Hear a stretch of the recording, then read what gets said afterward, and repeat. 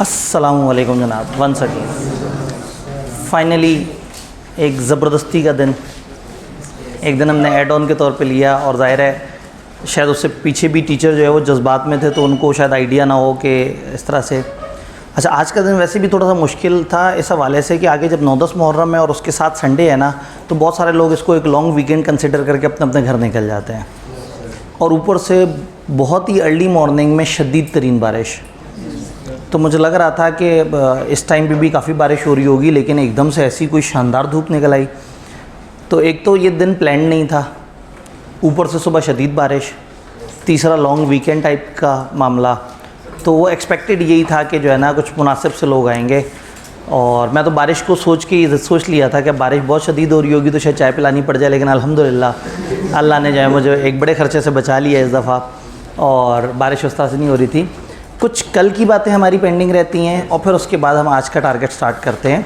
जो असल टारगेट है आज का चैप्टर 11-12 है। 11 तो पूरा हो जाएगा, 12 के बारे में भी देखते हैं कि हमारे पास कितना टाइम बचता है। और आज इखलाकी बुनियादों पे मैं 5-1 मिनट लेक्चर आगे भी ले जाऊँ तो चल जाएगा काम। मतलब डेली ज़रा मैं एहतियात करता हूँ, लेकिन आज अगर थोड़ा बहुत ऊपर नीचे हो जाएगा तो आज एज सच कोई बहुत ज़्यादा मुझे गंदा सा फील नहीं होगा। तो स्टार्ट करते हैं। चैप्टर 4 में हमारी एक डिस्कशन स्टार्ट हुई थी। हमने कहा था कुछ वॉइड एग्रीमेंट्स होते हैं। वॉइड एग्रीमेंट्स वो एग्रीमेंट है जो लॉ ने ही मना कर दिए हैं, यानी एक्सप्रेसली डिक्लेयर्ड वॉइड एग्रीमेंट। हमारे 7 एसेंशियल में से 2 चैप्टर 2 में हुए, 5 चैप्टर 3 ने हमें बताए थे जो 3 और 4 में स्प्रेड हुए थे। हम लास्ट एसेंशियल की बात कर रहे हैं, which is expressly declared void agreements. हम कहते हैं आपके एग्रीमेंट एक्सप्रेसली वॉइड नहीं होने चाहिए। अब एक्सप्रेसली वॉइड कौन कौन से एग्रीमेंट है, कौन से ऐसे एग्रीमेंट है जो शुरू से मना है, हमने एक लिस्ट देखने की कोशिश की थी। लॉ ने हमें यहाँ बताया हमारे इस चैप्टर के हवाले से, बाकी चीज़ों ने डिवाइड कर दी। उन्होंने कहा ये 5 तरह के एग्रीमेंट हैं जो एक्सप्रेसली वॉइड डिक्लेयर हुए हैं। अनसर्टन एग्रीमेंट आप नहीं कर सकते, करेंगे तो वो गलत होगा। ऑफर, एक्सेप्टेंस, कहीं भी अनसर्टेनिटी है वो एग्रीमेंट गलत है। एक स्टेप ऊपर गए थे तो आपका पसंदीदा agreement in restraint of marriage. तो हमने कहा कि छोटे बच्चों को छोड़ के बाकियों को शादी से रोकने का एग्रीमेंट करना, कोई ऐसा तिजारती एग्रीमेंट जिसमें आप उनको शादी करने से रोक रहे हैं, वो लॉ ने कह दिया कि वो मना है, चूँकि शादी बेसिक राइट है। उससे ऊपर गए तो 3 तरह के एग्रीमेंट थे। Agreement in restraint of legal proceeding, wagering agreement in restraint of trade. हमने यहाँ से कार्रवाई शुरू की थी।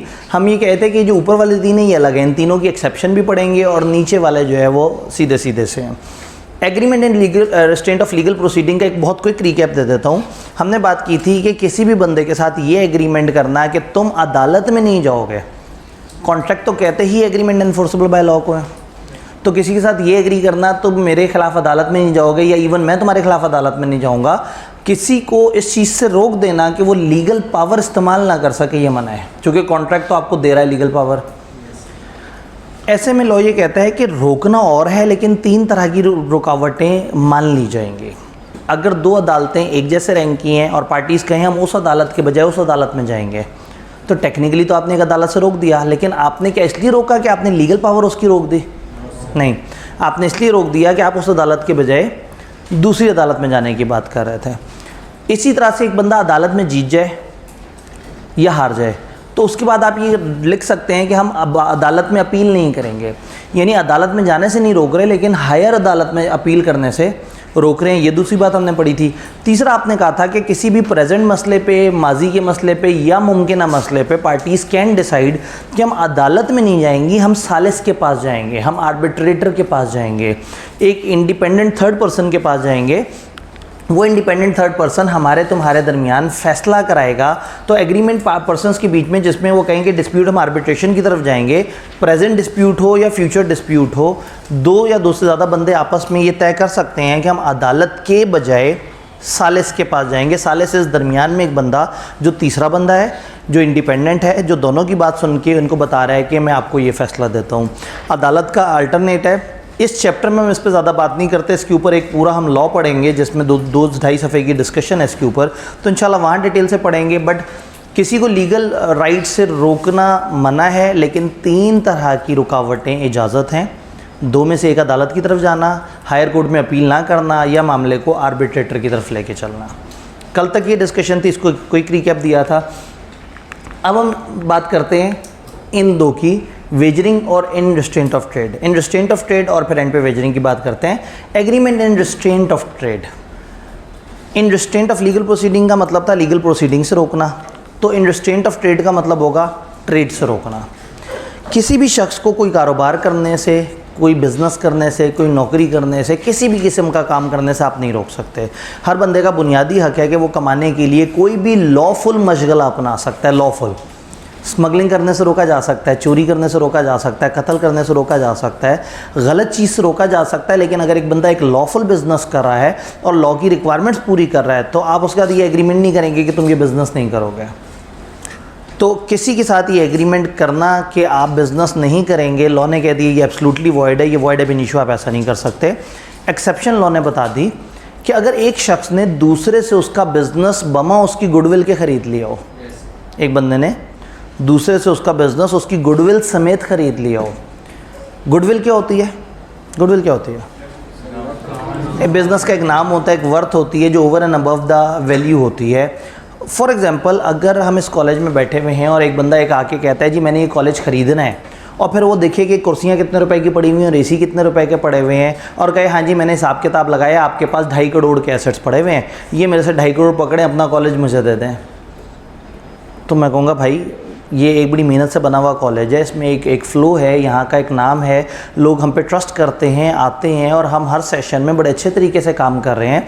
तो हमारे कॉलेज की वर्थ सिर्फ वो एसेट्स नहीं हैं जो यहाँ रखे हुए हैं, वो नाम जो हमने कमाया वो भी है। चलो ये तो एक इस तरह का इदारा है जो को बहुत ज़्यादा प्रॉफिट ओरिएंटेड नहीं है, लेकिन बहुत सारे बिजनेसेस इस तरह से होते हैं कि अगर एक 2.5 करोड़ का बिज़नेस हो तो शायद वो सालाना प्रॉफिट भी 1 करोड़ रुपए का कमा रहे हो। तो एक ऐसा बिज़नेस जो सालाना 1 करोड़ का प्रॉफिट कमाता हो और दूसरा बंदा आके वो बिज़नेस खरीदे, तो बिज़नेस के सिर्फ एसेट्स की वर्थ नहीं देगा, वो देखेगा कि बिज़नेस बहुत ज़्यादा कैश जनरेट करने की कैपेसिटी रखता है। तो अगर एक शख्स किसी का बिज़नेस खरीद रहा है तो जो बेचने वाला है वो कहता है भाई मुझे गुडविल भी दो। टिपिकल एग्जांपल रेगुलर क्लास में दी जाती है, बात समझ आ जाती है कि एक इलाके में एक बंदे का मिठाइयों का काम बड़ा मशहूर है, सबको पता है कि यार ये वाली दुकान के पास ना सबसे बेस्ट मिठाई होती है, अच्छे लोग हैं, मुनासिब कीमत है, तो हर दिन उनके पास सैकड़ों ग्राहक आते हैं मिठाई लेने के लिए। दुकान में रखे हुए जो एसेट्स हैं वो मुश्किल से 40 लाख के हैं, लेकिन वो दुकान ऐसी है कि वो माहाना 15-1 लाख रुपए फ़र्ज़ करें प्रॉफिट कमा के दे देती है। तो एक सेठ आके कहता है उस दुकान वाले से कि मुझे अपनी दुकान बेचोगे, तो वो 40 लाख रुपए में दुकान नहीं बेचेगा, 40 लाख तो उसके एसेट्स की वर्थ है। वो ये कहेगा कि भाई ये एक ऐसी दुकान है जो 15 लाख रुपए कमा के दे रही है, इसका नाम ऐसा डेवलप हो गया, लोग इस पर इतना भरोसा करते हैं, तो शायद वो कहे भाई मुझे 2.5 करोड़ 3 करोड़ 4 करोड़ दो, फिर मेरे से ये दुकान ले लो, क्योंकि ये दुकान तो मैं कमा के देती रहेगी। तो ये जो इसने ओवर एंड अबव जितने भी पैसे लिए हैं इसको क्या कहेंगे? ये गुडविल के पैसे लिए हैं। रूल ये है कि आप एक दुकान खरीदें और उसकी गुडविल के भी पैसे दें। वो मिठाइयों की दुकान खरीदे, उसके नाम के पैसे दे, गुडविल के पैसे दे। अब उसने 4 करोड़ खर्चा और वो दुकान का मालिक बन गया, ओरिजिनल ओनर उठा, साथ वाली दुकान किराए पे ली और उसको भी मिठाइयों की दुकान बना दिया और बाहर लिख के लगा दिया असली और पुरानी मिठाइयों वाली दुकान, असल इंतज़ामिया के साथ। तो उस गरीब ने जो 40 लाख से ऊपर गुडविल के पैसे भरे हैं उसको क्या फ़ायदा हुआ? लोग फिर इसे देख के साथ वाली दुकान पे आ जाएंगे और साथ वाली दुकान को बिज़नेस मिलना शुरू हो जाएगा। तो अगर एक बंदे ने दूसरे से गुडविल समेत उसका बिज़नेस खरीदा, यस अब उसके पास ये राइट है कि दूसरे बंदे को रोक सकता है। अगर उसने गुडविल समेत खरीदा है तो दूसरे बंदे को बिज़नेस करने से वो रोक सकता है। वो कहेगा इस इलाके में या इतने अरसे तक आपने ये वाला बिज़नेस नहीं करना। तो रूल ये है कि agreement and restraint of trade मना है, किसी को कोई भी लॉफुल बिजनेस करने से आप नहीं रोक सकते। लेकिन एक्सेप्शन है, सेलर में agree with buyer. Seller buyer से एग्री कर सकता है, जो अपनी दुकान बेच रहा है, अपना बिजनेस बेच रहा है, वो बायर से एग्री कर सकता है कि ठीक है मैं ये इस तरह का बिजनेस इस तरह की इलाके में या इतने इलाके में ये वाला बिजनेस नहीं करूँगा। डन। तो ये दूसरा रूल है और उसकी एक्सेप्शन। फिर फाइनल रूल की तरफ आते हैं, वेजरिंग। ये बात हमने पहले पढ़ी थी कि वेजरिंग एग्रीमेंट जो है वो मना होते हैं, वेजरिंग एग्रीमेंट नहीं कर सकते। इस वक्त मेरे ख्याल में ये समझाना तो गलत होगा कि वेजरिंग किसे कहते हैं और कंटिजेंट किसे कहते हैं। फ़र्क हमें पता है। वेजरिंग एक शर्त वाला एग्रीमेंट है। लॉ कहता है कि शर्त लगाने का एग्रीमेंट वॉइड एब इनिशियो है। कोई भी बंदा दूसरे के साथ वेजरिंग एग्रीमेंट नहीं करेगा। वेजरिंग एग्रीमेंट वो जिसमें पहले ही दिन से शर्त इन्वॉल्व है, जिसमें पहले ही दिन से शर्त इन्वॉल्व है। अब इसमें अगर एक स्टेप आगे बढ़ें तो लॉ को इस एग्रीमेंट पे बड़ा गुस्सा है, वेजरिंग पे। वो बताता जा रहा है और हम सुनते जा रहे हैं। सबसे पहले वो कहते हैं वेजरिंग वॉइड है। हमने कहा ओके, उसे फिर गुस्सा आया, उसने कहा वेजरिंग से कनेक्टेड जो एग्रीमेंट है वो भी वॉइड है। हमने कहा ठीक है जी, सही है, मान लिया। उसने कहा वेजरिंग करने वाले बंदों ने भी गलत हरकत की है। ठीक है जी, वो भी सही हो गया। उसने कहा वेजरिंग से अगर कोई इनाम जीता तो वो इनाम अदालत में जाके क्लेम भी नहीं कर सकते। वेजरिंग में अगर आपको दूसरे की तरफ से कोई भी कंसिडरेशन आनी है या उसने कुछ परफॉर्म करना है, एक बंदे ने दूसरे से शर्त लगाई है कि देखना कल बारिश होती है, उसने कहा कल कंफर्म बारिश नहीं होगी, इसने कहा अगर हो जाए, उसने कहा मैं 5वीं मंजिल से छलांग लगा दूंगा, बारिश हो गई। अब वो 5वीं मंजिल से छलांग ही नहीं लगा रहा, बेईमानी है ना, गलत बात है, एग्रीमेंट नहीं फॉलो कर रहा। अदालत लेके गया बंदा और उसने कहा जी इससे कहें 5वीं मंजिल से छलांग मारे, मैंने शर्त जीती है। तो अदालत ना परफॉर्मेंस वो करवाएगी इसकी, ना उसके पैसे अप्रूव करवाएगी, ना किसी किस्म का डैमेज अवार्ड करेगी, ना इस केस में अदालत में आए हुए किसी भी फैसले को, किसी भी मामले को किसी भी तरह से वो नहीं करेगी, अकोमोडेट नहीं करेगी। फ़र्ज़ करें एक माइनर और एक गार्डियन है। बच्चा अपने गार्डियन से कहता है कि अंकल मेरा बड़ा दिल करता है कि मैं शर्त पे पैसा लगाऊं, ठीक है, लेकिन मैं क्या करूं, मैं तो एग्रीमेंट नहीं कर सकता। आप मेरे ब्याह पे एग्रीमेंट कर सकते हैं, जाएं मेरा थोड़ा सा पैसा उठा के फ़लाना शर्त में लगा दें। उसने कोई 10 लाख रुपए उठाया और जाके शर्त में लगा दिया, शर्त हार गए। जब बच्चा बड़ा होगा और बच्चे को इसकी प्रॉपर्टी मिल रही होगी और जब चचा अपने खर्चे उसमें से रिकवर कर रहा होगा, तो वो जो उसने 10 लाख रुपये शर्त में हारे हैं वो रिकवर नहीं कर सकता बच्चे से। किसके कहने पे लगाए थे? बच्चे के कहने पे। लेकिन किधर लगाए थे? शर्त में। शर्त गलत है। ये ऐसे ही जैसे एक बंदा किसी को कत्ल कर दे, उसे आगे पकड़े, ये क्या किया? वो कहे मैंने उसके कहने पे किया है, उसे पकड़ो। तो हम कहेंगे नहीं भाई, तुमने गलत किया ना, जिस मर्ज़ी के कहने पे किया हो। अब कोई भी उठ के कह दे मैं तो कोई काम अपनी पसंद से करता ही नहीं, मैं तो जो कहता है वो कर देता हूँ, तो फिर हम उसे कहेंगे कि भाई जिसने कहा वो तो गलत आदमी है, तुम कौन से सही आदमी हो जो तुमने एज इट इज़ सारी गलत बातें मान ली। तो अगर एक बात की जाए, एक गलत एग्रीमेंट किया जाए, तो जिसने कहा है वो भी गलत है और जो कर रहा है एग्रीमेंट वो भी गलत है। तो बच्चे को कुछ नहीं कहेंगे, बच्चा तो शरारती है, उसने उल्टी सीधी बात कर दी, बड़े को चाहिए था समझाता, तो ये बड़ा एडजस्ट नहीं कर सकेगा। लॉ एक स्टेप आगे बढ़ता है, कहता है एक शख्स मरने वाला है, मरने से पहले वो अपने एक बच्चे को पास बुला के कहता है बेटा मेरी एक ख्वाहिश है, मरने से पहले पूरी करना चाहता हूँ, 5-1 लाख रुपए का ना कुछ शर्त लगा लो मेरे बिहाफ पे, जाके फ़लाना बंदे से जाके शर्त लगाओ और उसको कहो कि मैं अपने फादर की तरफ से आया हूँ शर्त लगाने के लिए, और 5-1 लाख रुपए शर्त में लगा दो, मैं मरने से पहले एक दफ़ा शर्त जीतना चाहता हूँ। इसने जाके शर्त लगाई, शर्त हार गया, आके अब्बा जी को बताया, उनका इंतकाल हो गया। बस ज़ाहिर उनकी ख्वाहिश थी, आखिरी ख्वाहिश थी, वो शर्त जीतना चाहते थे, वो आखिरी ख्वाहिश पूरी नहीं हुई। अब हुआ ये कि जब विरसा तकसीम हो रहा था कि अच्छा जी अब्बा जी की जायदाद में कितने पैसे हैं, सारा कुछ है, तो ये तय हुआ कि ठीक है हर भाई के ज़िम्मे 10-10 लाख आएगा। तो सबसे बड़े भाई ने इसको पकड़ाए 5 लाख। इसने कहा जी बकाया 5 लाख। उसने कहा वो तुम अब्बा जी से पहले ले गए थे पैसे। उन्होंने कहा वो तो अब्बा जी ने कहा था शर्त में लगाने का। उन्होंने कहा वो तो बीमार आदमी थे, बुज़ुर्ग आदमी थे, तुम समझा देते, इल्लीगल बात है। कहने का मतलब है वो वाला 5 लाख जो उसने अब्बा के बिहाफ पे लगाया है वो इसमें से कट, इसके हिस्से में से कट जाएगा, ये एडजस्टमेंट नहीं करा सकेगा अपनी जायदाद में उस 5 लाख की। यानी लॉ को इतना गुस्सा है कि जो ये गलत काम करेगा उसी के ज़िम्मे पड़ेगा। तो यहाँ अगर किताब में देखें तो किताब वेजरिंग एग्रीमेंट पे लिखती चली जाती है, दो पर्सन्स के दरमियान जब भी एक बेट होगी जिसमें पैसे या कोई भी और अदर थिंग पेबल होगी on happening not happening of future uncertain event, तो वो वेजरिंग है, ये हमें पता है बात। Such agreement void, okay.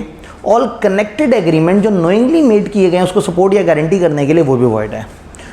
कोई केस भी नहीं कर सकते for recovery of any sum of money payable या कोई कमीशन वगैरह। एक बंदे ने 2 बंदों की शर्तें करवाई और उसका कमीशन तय हुआ, वो अपने कमीशन के लिए भी नहीं बात कर सकता। जो पैसा जीता है वो पैसे जीतने के लिए भी बात नहीं कर सकता। No suit shall be file for forcing any person to accept the result of any game और एनी अनसर्टन इवेंट।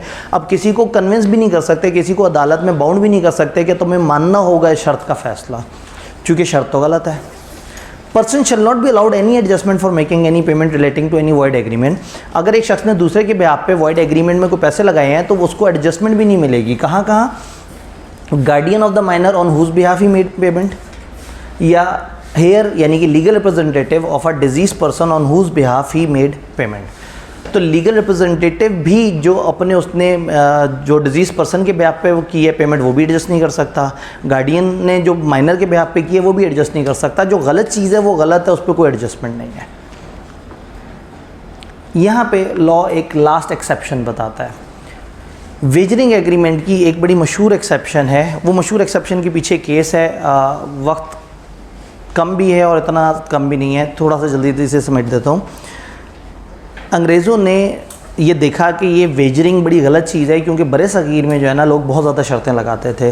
तो 1872 का जब कानून बन रहा था तो उस टाइम पे जो यहाँ पे चीज़ों को कंट्रोल कर रहे थे, उन्होंने एक रूल रख दिया कि वेजरिंग मना है, शर्तें नहीं लगा सकते, और उसको कानून का हिस्सा बना दिया। उन्हें फिर खुद ही से एहसास हुआ कि वो तो ख़ुद भी शर्तें लगाते हैं। अब बड़े सगीर के अवाम को तो मना कर दिया, लेकिन वो जो अंग्रेज़ थे जिन्होंने कानून बनाया वो तो खुद शर्तें लगाते थे, बहुत शौक से घोड़ों की रेस करवाते थे, बड़े बड़े वो सेटअप अरेंज करते थे और बैठ के बड़ी बड़ी शर्तें लगाते थे।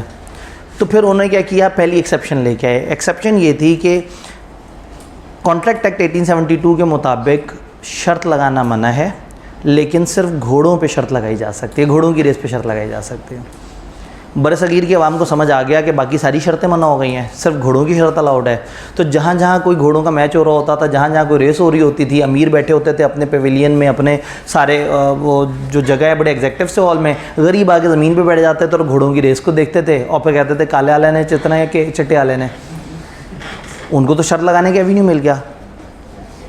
अंग्रेज़ परेशान हो गए, तो अंग्रेज़ ने फिर रूल को रिवाइज़ किया। उन्होंने कहा शर्त लगाना मना है, लेकिन घोड़ों की रेस पे लगाई गई वो शर्त जो कि बड़ी अमाउंट की है वो वैलिड है। उस ज़माने के हिसाब से उन्होंने 500 रुपये की खती रकम रख दी। 1872 के ज़माने के 500 रुपये, आज के लाखों रुपए बड़े आराम से काउंट कर सकते हैं। तो उन्होंने कह दिया 500 रुपये से ऊपर की शर्त जो लगाएगा ना, बस वो अलाउड है। लोग, ये रूल आया, लोग शर्तें लगाना ख़त्म हो गए। फिर आहिस्ता आहिस्ता अंग्रेज़ों को पता लगा कि उन लोगों ने कमेटियाँ डाली हुई हैं, पैसे जोड़े हैं, 5-6 लोग इकट्ठे हो, भाई शर्त तो लगानी है, शर्त के बगैर कहाँ जाएं बेचारे। तो वो पैसे जोड़ते थे, काफ़ी सारे लोग इकट्ठे मिलके, और फिर इतने पैसे इकट्ठे कर लेते थे कि वो 500 रुपये की शर्त लगा सकें। तो फिर इकट्ठे हो गए, वो 500 रुपये की शर्त लगाते थे, और वो कोई हारता था जीतता था, फिर लड़ाई फड्डे होते थे, फिर अदालत में मसले जाते थे, और फिर यही होता था कि ये तो एक्सेप्शन है, अलाउड है। तो उन्होंने फिर आखिरी कील ठोक दिया ताबूत में। उन्होंने कहा जी शर्तें मना है, लेकिन घोड़ों की रेस पे लगाई गई शर्त कम से कम 500 रुपये की शर्त, और शर्त की रकम जीतने वाले घोड़े के मालिक को जाएगी। अब पैसे जोड़ के जो शर्त भी लगाएगा वो एक दूसरे को नहीं दे सकते पैसे। वो शर्त तभी लीगल होगी जब वो शर्त के पैसे जीतने वाले को मिले, उससे फिर जो है ना कहीं वो लोग बाज आए। तो ये अजीब सी एक एक्सेप्शन अचानक से आ जाती है, तो इसके पीछे लॉजिक बताना ज़रूरी है। Agreement to contribute to a plate और प्राइज़ या प्लेट, वो प्लेट सी होती थी जिसमें सारे वो पैसे इकट्ठे होते थे और वो जीतने वाले के सामने रख दी जाती थी।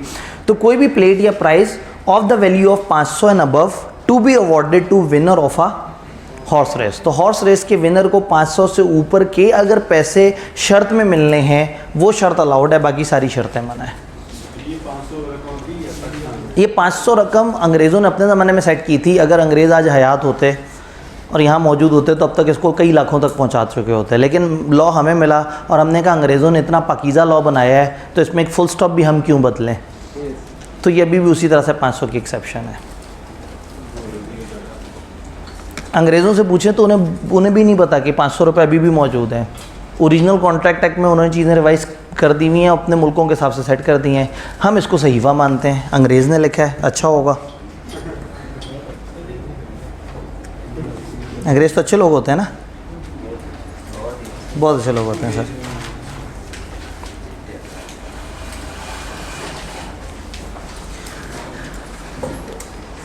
लें जी, आज का ओरिजिनल टारगेट, वैसे तो आज का ओरिजिनल नहीं है लेकिन बहरहाल आज का deem to be original target.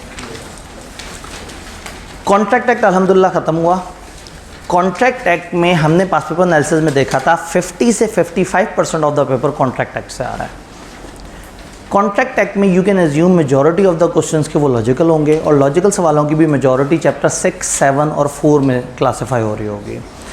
इसके अलावा भी बाकी चैप्टर्स में से कहीं से भी वो लॉजिकल सवाल बना सकते हैं। पूरे कॉन्ट्रैक्ट एक्ट में जहाँ जहाँ आपको लिस्टें नज़र आएँ, 4-5 चीज़ों की लिस्ट आपको नज़र आए, फ्रॉड की 5 शर्तें आप याद कर लें, आपको एसेंशियल्स ऑफ़र के नज़र आ रहे हैं, एक्सेप्टेंस के नज़र आ रहे हैं, याद कर लें, ऑफ़र कैसे कैसे रिवोक हो सकती है। यानी कि कुछ जगह आपको कुछ रूल्स नज़र आएंगे, हर रूल अलग होगा, उसको याद करने की ज़रूरत नहीं है। लेकिन जहाँ एक लिस्ट ऑफ रूल्स नज़र आए, रेसिप्रोकल प्रॉमिसेस के जी ये 5-6 रूल्स हैं, फ़लाना की ये 5 रूल्स हैं, फ़लाना की 5 एक्सेप्शन हैं, 5 चीज़ों को ऑब्जेक्ट के की वो कहते हैं इलीगैलिटी। तो जहाँ जहाँ आपको लिस्ट नज़र आए 3-4 चीज़ें या उससे ज़्यादा की, उसको याद रखना है ख़ास तौर पे।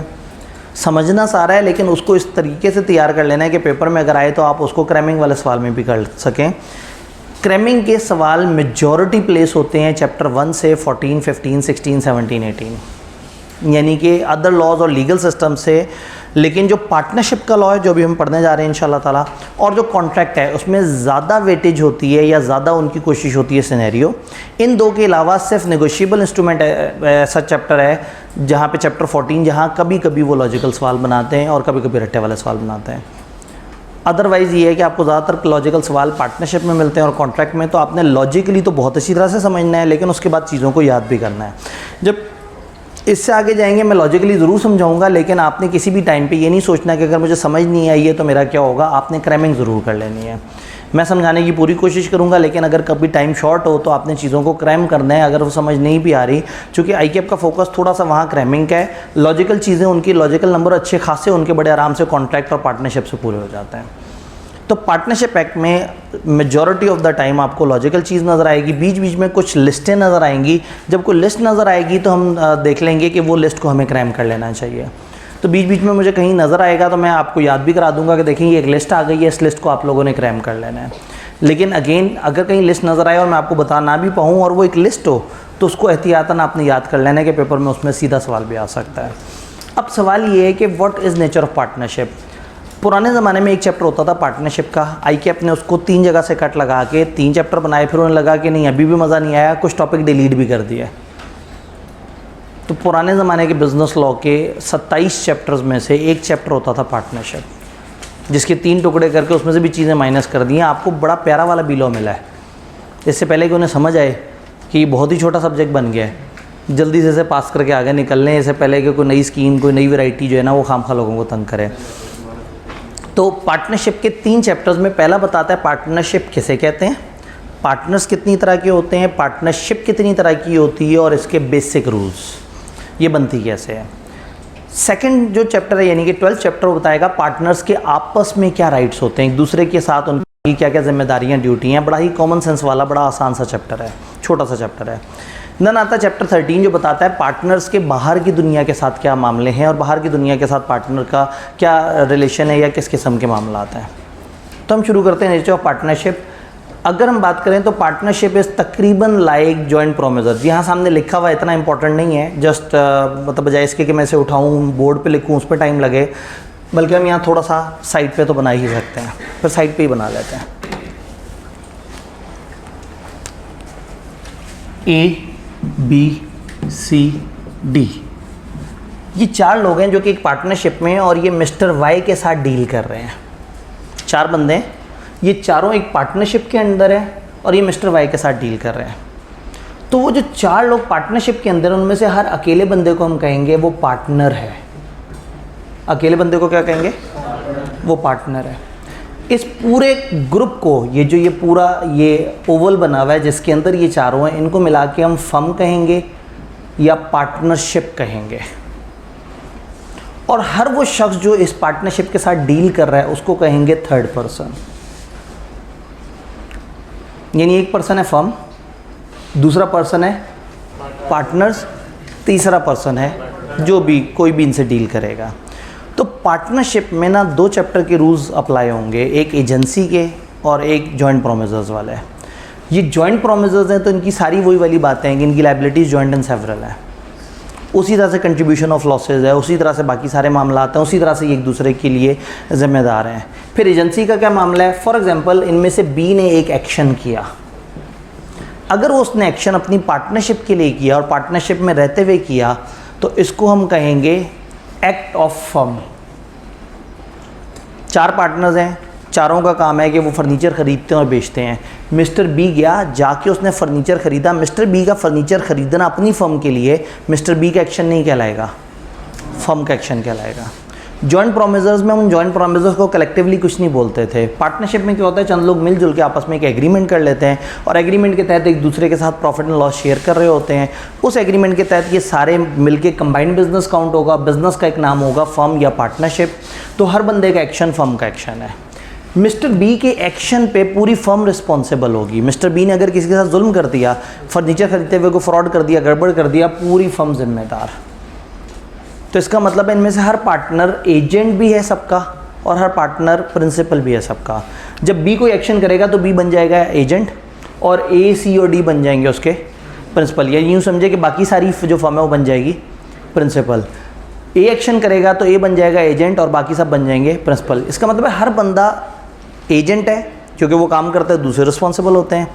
प्रिंसिपल है क्योंकि वो दूसरों के कामों पे रिस्पॉन्सिबल होता है। तो ये एक ओवरऑल स्ट्रक्चर है जो कि हमें अगर समझ आ जाए तो फिर उसके बाद हमारे लिए चीज़ें समझना थोड़ा सा आसान हो जाती हैं।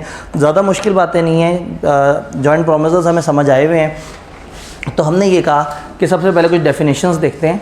Partnership is relation between persons, लोगों के दरमियान एक ऐसा रिलेशन है who have agreed to share the profits of business, जिन्होंने तय किया है कि वो एक बिजनेस के प्रॉफिट्स को शेयर करेंगे, कैरीड ऑन बाय ऑल और any of them acting for, जो वो सब कर रहे हैं उनमें से कोई भी बाकियों के बिहाफ पे कर रहा है। एजेंसी वाली बात भी कर दी।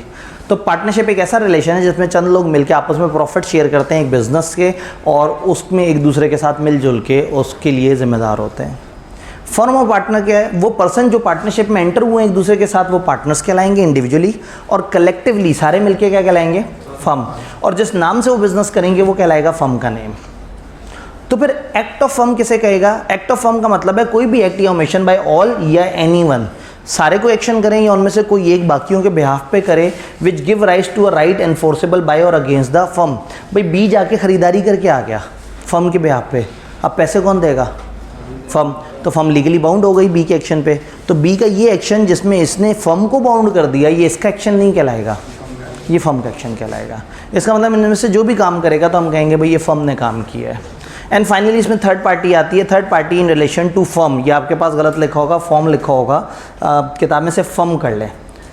Third party used in relation to firm और to a partner therein means any person who is not a partner in the firm. Partnership के कॉन्टेक्स्ट में थर्ड पर्सन उसे कहेंगे वो शख्स जो पार्टनरशिप में पार्टनर नहीं है, यानी इन चार बंदों के अलावा दुनिया का हर पांचवा बंदा थर्ड पर्सन है।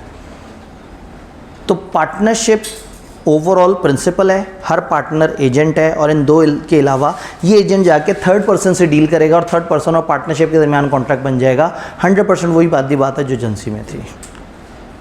अब यहाँ पे अगला मरहला आता है कि पार्टनरशिप बनती कैसे है, पार्टनरशिप के एसेंशियल एलिमेंट्स क्या हैं, पार्टनरशिप किस तरह से चल रही होती है। अगर कोई भी ग्रुप ऑफ पर्सन इकट्ठे हैं और वो कहते हैं कि हम लोग पार्टनरशिप हैं, तो मैं कहूँगा अच्छा निशानियाँ पूरी होती हैं पार्टनरशिप की। किसी भी ग्रुप ऑफ पर्सन को पार्टनरशिप बनने के लिए पार्टनरशिप की डेफिनेशन पूरी होनी चाहिए। पार्टनरशिप की डेफिनेशन क्या थी? रिलेशन बिटवीन पर्सन है, लोगों के दरमियान कोई रिलेशन है, हु हैव एग्रीड, जिन्होंने आपस में एग्री किया हुआ है। क्या एग्री किया हुआ है? प्रॉफिट्स शेयर करेंगे। किस चीज़ के? बिजनेस के। जो कोई एक कर रहा है या सब कर रहे हैं। इसका मतलब इसमें कुछ लोग हैं, एक शर्त, इन्होंने कुछ एग्री किया हुआ है, दूसरी शर्त, ये प्रॉफिट को शेयर करेंगे, तीसरी शर्त, बिजनेस करेंगे, चौथी शर्त, और अकेला करे या सबके लिए करे, यानी कि एजेंसी होगी। तो ये 5 बुनियादी शर्तें इस डेफिनेशन के अंदर छुपी हुई हैं। तो जब भी हमने किसी भी बिज़नेस को देखना होगा कि ये पार्टनरशिप है या नहीं है, हम उन्हीं 5 शर्तों की बात करेंगे। 2 और मोर पर्सन की एसोसिएशन होनी चाहिए, एक एग्रीमेंट होना चाहिए, शेयरिंग ऑफ प्रॉफिट होना चाहिए, एक बिज़नेस होना चाहिए, और म्यूचुअल एजेंसी होनी चाहिए कि एक दूसरे के लिए लायबल हो। किताब ने इन सारों को पॉइंट्स बना के बताया है, तो एक दफ़ा हम लॉजिकली समझ लेते हैं, फिर किताब की इंग्लिश तो हम साथ साथ देख लेंगे। अगर मैं थोड़ा सा इसको मज़ीद क्लैरिफाई करना चाहूँ तो एक एक करके हम सारी चीज़ों पे बात करते हैं। एसोसिएशन ऑफ 2 और मोर पर्सन, 2 या 2 से ज़्यादा बंदे होने चाहिए। एक बंदा पार्टनरशिप नहीं बनाएगा। पार्टनरशिप के बिजनेस के लिए कम से कम कितने बंदे चाहिए? 2। तो हम कहते हैं 2 या 2 से ज़्यादा बंदे होने चाहिए। अब कितने ज़्यादा हों, पार्टनरशिप का एक खामोश है, याद रखना है। पार्टनरशिप का लॉ खामोश है, उसने नहीं बताया कि कितने बंदे होने चाहिए मैक्सिमम। कंपनीज़ एक्ट है, उसका सेक्शन 9 है, वो रुकावट डालता है। कंपनीज एक्ट ये कहता है कि पाकिस्तान में अगर कभी भी कोई बिज़नेस 20 से ज़्यादा बंदों पे चल रहा है तो उस पर वाजिब है कि वो कंपनी लॉ में रजिस्टर हो जाए, पार्टनरशिप ना रहे। तो कंपनी के लॉ ने ये बताया है कि 20 से ज़्यादा बंदे पार्टनर्स नहीं बन सकते। इसी तरह से बैंकिंग का लॉ ये कहता है कि 10 से ज़्यादा बंदे बैंकिंग के बिज़नेस में पार्टनर्स नहीं बन सकते।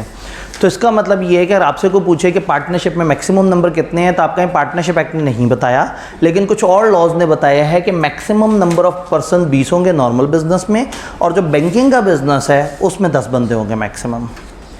एक छोटी सी एक्सेप्शन है, अगर प्रोफेशनल्स हैं, लॉयर्स, अकाउंटेंट, बैंकर्स, डॉक्टर्स, इस तरह के लोगों ने फर्म बनाई हुई है, इन पे 20 वाली कैद नहीं है, इनकी 20 से ऊपर हो सकती है। तो सबसे पहले तो 2 या 2 से ज़्यादा बंदे होने चाहिए, फिर इनके दरमियान एक एग्रीमेंट होना चाहिए। ये एग्रीमेंट ज़बानी भी हो सकता है और लिख के भी हो सकता है, याद है एक्सप्रेस और इम्प्लाइड, लेकिन बहुत अच्छी बात है कि ये लिख के हो। जब लिख के होगा तो इसको हम कानून की ज़बान में कहेंगे पार्टनरशिप डीड। तो पार्टनरशिप डीड होनी चाहिए इनके दरमियान। पार्टनरशिप डीड क्या करेगी, एक ऐसा डॉक्यूमेंट होगा जो इनके दरमियान सारी बातें तय करेगा। भाई अगर चंद लोगों ने मिलकर पार्टनरशिप करनी है, अगर ये रेगुलर क्लास होती तो मैं मुख्तलिफ लोगों से पूछता और एक कॉमन सेंस वाली बात लेते, वही किताब में लिखी मिलती। वक्त कम है तो मैं खुद रिपीट कर देता हूँ। अगर एक पार्टनरशिप कुछ लोगों के बीच में हो रही है तो ऑब्वियसली वो डिसाइड करेंगे कि हमारा नाम क्या है, हम क्या बिज़नेस करेंगे, हम कितने लोग होंगे, हमारी परसेंटेज क्या होगी, हम में से प्रॉफिट कौन कौन शेयर करेगा। समटाइम कुछ पार्टनर कहते हैं मैं प्रॉफिट शेयर करूँगा, लॉस शेयर नहीं करूँगा। फिर किसी की सैलरी होगी या नहीं होगी, किसी का ये वाला मामला होगा या नहीं होगा, पार्टनरशिप ख़त्म होगी तो क्या करेंगे, कारोबार के क्या हिस्से होंगे, कौन बंदा एक्टिव पार्टनर होगा, कौन स्लीपिंग पार्टनर होगा, कौन मेन काम करेगा, कौन पैसे लेके आएगा, कौन स्किल्स प्रोवाइड करेगा। तो एक कागज़ पे सारा कुछ जितना मैक्सिमम लिख सके उतना अच्छा है। पार्टनरशिप में अगर पहले दिन मैक्सिमम बातें लिखी गई हैं तो फिर मसले नहीं होंगे। प्रॉब्लम ये है कि लोग पहले दिन बहुत सारी बातें नहीं लिखते, जिसकी वजह से बाद में फटे होते हैं। तो ideally there must be an agreement, और रिटर्न हो तो क्या ही खूबसूरत बात है। इसका मतलब है कि मैंने ओरल को मना नहीं किया, बट प्रेफरेंस क्या है उसको साबित करना आसान होता है। तो एक एग्रीमेंट होना चाहिए। पाकिस्तान में एग्रीमेंट इंपॉर्टेंट है, स्टेटस इंपॉर्टेंट नहीं है। इस क्लास से बाहर निकले और अचानक से आप 6-7 लोगों ने मिलकर कोई काम करना शुरू कर दिया और आपस में कुछ भी नहीं तय किया, तो दिखने वाले को लगेगा कि ये लोग मिलके काम कर रहे हैं, पार्टनर्स होंगे। अगर आपने आपस में तय नहीं किया तो आप पार्टनर्स नहीं हैं। एक बंदे की डेथ होती है, उसके 3 बच्चे हैं, वो तीनों बच्चे बाप के कारोबार में जाके बैठना शुरू कर देते हैं। एक बंदा कैश को डील करना शुरू कर देता है, कुछ और खुद ही से सोचते हैं कि चलो हम ये जिम्मेदारी अपने अपने हिसाब से उठाना शुरू कर दें। चूँकि उन्होंने आपस में कुछ नहीं तय किया हुआ, तो ये पार्टनर्स नहीं है। तो स्टेटस इंपॉर्टेंट नहीं है, दिखने में क्या लग रहा है वो इंपॉर्टेंट नहीं है, इंपॉर्टेंट ये है कि एग्रीमेंट क्या कहता है। फिर उसके बाद हम बात करते हैं शेयरिंग ऑफ प्रॉफिट। हर बंदे को प्रॉफिट की परसेंटेज मिलनी चाहिए। यानी पार्टनर अगर एक बंदा है तो उसको चाहे 1% प्रॉफिट मिले, लेकिन मिलना ज़रूर चाहिए। There must be no partner जो कहे मुझे 0% प्रॉफिट मिलता है। प्रॉफिट का शेयर होल्डर होना शर्त है, हाँ लॉस का शेयर होल्डर होना शर्त नहीं है। कुछ पार्टनर ऐसे हो सकते हैं जो लॉस का हिस्सा ना ले रहे हो और सिर्फ प्रॉफिट को शेयर करते हो। तो हर पार्टनर प्रॉफिट का शेयर लेगा, लेकिन यहाँ लॉ ने अचानक से आपको रोक के कहा, समटाइम आपको ऐसा नज़र आएगा कि कुछ लोग प्रॉफिट का हिस्सा ले रहे हैं लेकिन वो पार्टनर नहीं है। हर पार्टनर के लिए ज़रूरी है कि वो प्रॉफिट का हिस्सा ले, लेकिन हर प्रॉफिट का हिस्सा लेने वाला ज़रूरी नहीं है कि पार्टनर भी हो। मैं इसको ऐसे समझाता हूँ कि हो सकता है कि हर 10वें फ्लोर से गिरने वाला शख्स मर जाए, लेकिन हर मरा हुआ शख्स 10वें फ्लोर से नहीं गिरा होगा, वो किसी और वजह से भी हो सकता है। तो हर पार्टनर के लिए ज़रूरी है कि वो प्रॉफिट का हिस्सेदार हो, लेकिन हर प्रॉफिट के हिस्सेदार के लिए ज़रूरी नहीं है पार्टनर। हो सकता है आपने किसी से लोन पकड़ा, उसने कहा हाँ भाई मुझे क्या इंटरेस्ट दोगे, आपने कहा इंटरेस्ट गलत चीज़ है, हम आपको अपने प्रॉफिट का 10% दे दिया करेंगे, तो उसे प्रॉफिट का हिस्सा मिल रहा है, लेकिन वो पार्टनर नहीं है। एक बंदे की डेथ हो गई पार्टनर की, उसकी बेवा आई और आपसे हिस्सा मांगने, तो आपने कहा हम हिस्सा दे देते हैं, या दूसरी ऑप्शन ये है कि तुम आराम से घर बैठो, हम इस बंदे के प्रॉफिट का हिस्सा तुम्हें देते रहेंगे, तुम इसके एसेट्स यहाँ से मत निकालो, वो हमारे लिए बड़े ज़रूरी हैं, हमारे बिज़नेस के लिए ज़रूरी हैं। तो अगर एक विडो ने या एक छोटे बच्चे ने एग्री कर ली है कि उसको पैसे मिलते रहेंगे, तो प्रॉफिट का हिस्सा तो जा रहे उन्हें, लेकिन वो पार्टनर नहीं है। इसी तरह से किसी एजेंट को आपने प्रॉफिट के साथ तय किया हुआ है, किसी सर्वेंट के साथ तय किया हुआ है, किसी के को कमीशन के तौर पे कहा हुआ है कि तुम हमारा अच्छा बिजनेस चला दो, तुम्हें प्रॉफिट का 2% दे दिया करेंगे। तो हर वो शख्स जिसको आप प्रॉफिट का हिस्सा दे रहे हैं, ज़रूरी नहीं कि वो आपका पार्टनर भी हो। इसमें एक माइनर की एग्जाम्पल भी और एक ट्रांसफरी की भी, लेकिन हम थोड़ा सा आगे जाके देखते हैं। देन उसके बाद चौथी तरफ आते हैं, बिज़नेस होना चाहिए। मैं कोशिश करूँगा मैं स्क्रीन पर मैक्सिमम बात कर दूँ, आगे सिर्फ इंग्लिश देखने वाली रह जाएगी। उनके दरमियान आपस में क्या होना चाहिए, बिज़नेस होना चाहिए, कोई कारोबार होना चाहिए। 20 लोग मिलके एग्री करें और वो समाज सेवा का काम कर रहे हो, दिस इज़ नॉट पार्टनरशिप। सड़क पे ट्रैफिक जैम हो गई है, गाड़ियाँ आपस फंसी हुई हैं, 5-6 लोग गाड़ियों से निकले और सारी गाड़ियों को ठीक करने की कोशिश कर रहे हैं, ये मिलजुल के काम कर रहे हैं, लेकिन ये बिज़नेस नहीं है, तो इसका मतलब ये पार्टनरशिप भी नहीं है। तो एक कॉमन बिज़नेस इनके दरमियान होना चाहिए। क्लियर? इनके दरमियान एक कॉमन बिज़नेस होना चाहिए। अगर 2 लोग अपने अपने हिस्से का बिज़नेस कर रहे हैं, अपने अपने हिस्से पे कर रहे हैं, भाई एक फादर के एसेट्स उसके बच्चों को मिले, तो पता लगा कि एक घर है, उस घर का एक फ्लोर एक बच्चे को मिल गया, दूसरा फ्लोर दूसरे बच्चे को मिल गया। इस घर के ये दोनों कंबाइंड मालिक हैं, लेकिन नीचे वाले बच्चे ने अपना घर खुद किराए पे दिया है, ऊपर वाले ने खुद किराए पे दिया है। नीचे वाला अपना खर्चा खुद कर रहा है, ऊपर वाला अपना खर्चा खुद कर रहा है। नीचे वाला अपना प्रॉफिट खुद कमा रहा है, ऊपर वाला अपना प्रॉफिट खुद कमा रहा है। दुनिया देख के कहेगी कि ये घर किराए पे गया है जिससे बच्चों को प्रॉफिट आ रहा है, लेकिन चूँकि बच्चों ने आपस में तय नहीं किया। अगर एक एसेट के आप कॉमन शेयर होल्डर हैं, एसेट जॉइंट ओन कर रहे हैं, तो उससे आने वाली इनकम से खुद ब खुद आप आपस में पार्टनर नहीं बन जाते। ये बात समझ आई?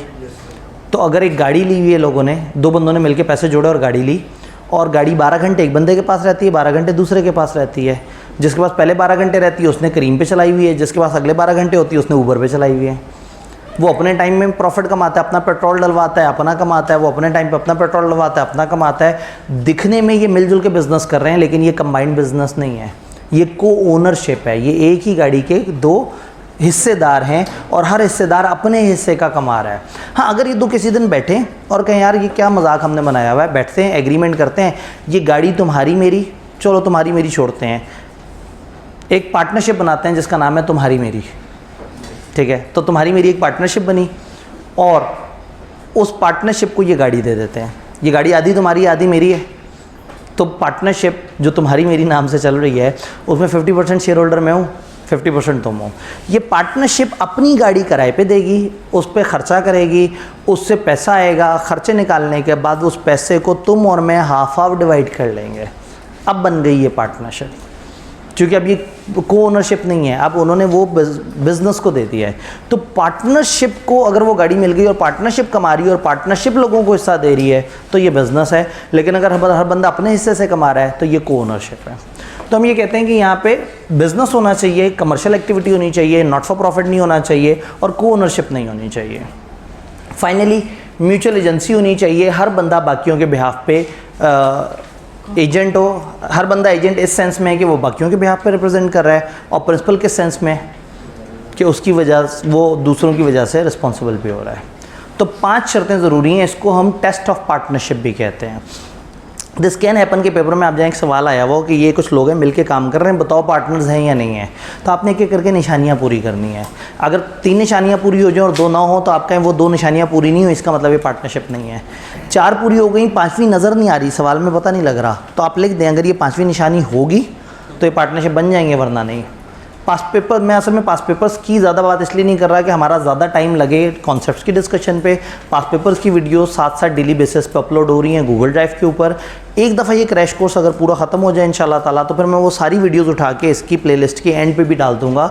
लेकिन इस टाइम पे हम चाह रहे हैं कि वो सब मिक्स ना हो, हर बंदा साथ साथ पास पेपर नहीं कर रहा होता, तो पास पेपर को हम ज़्यादा फ्रंट पे नहीं रख रहे। कम से कम आपको ढूंढने में थोड़ी सी दिक्कत हो, शायद इसी बहाने आप किताब खोल के एक दफ़ा खुद कोशिश करके देख लें, और फिर उसके बाद ना हो तो ढूंढते ढूंढाते उस पेपर तक पहुँच जाएँ। ग्रुप में बार बार लिंक आ रहा है गूगल ड्राइव का, उसमें फ़ोल्डर्स हैं, उन फोल्डर्स में से एक फ़ोल्डर के अंदर पास पेपर्स की वीडियोस भी हैं। तो मैं पास पेपर्स की हल्की सी अप्रोच डिस्कस करता हूँ, लेकिन मेनली उसके ऊपर डिस्कशन उन वीडियोस में हुई हुई है।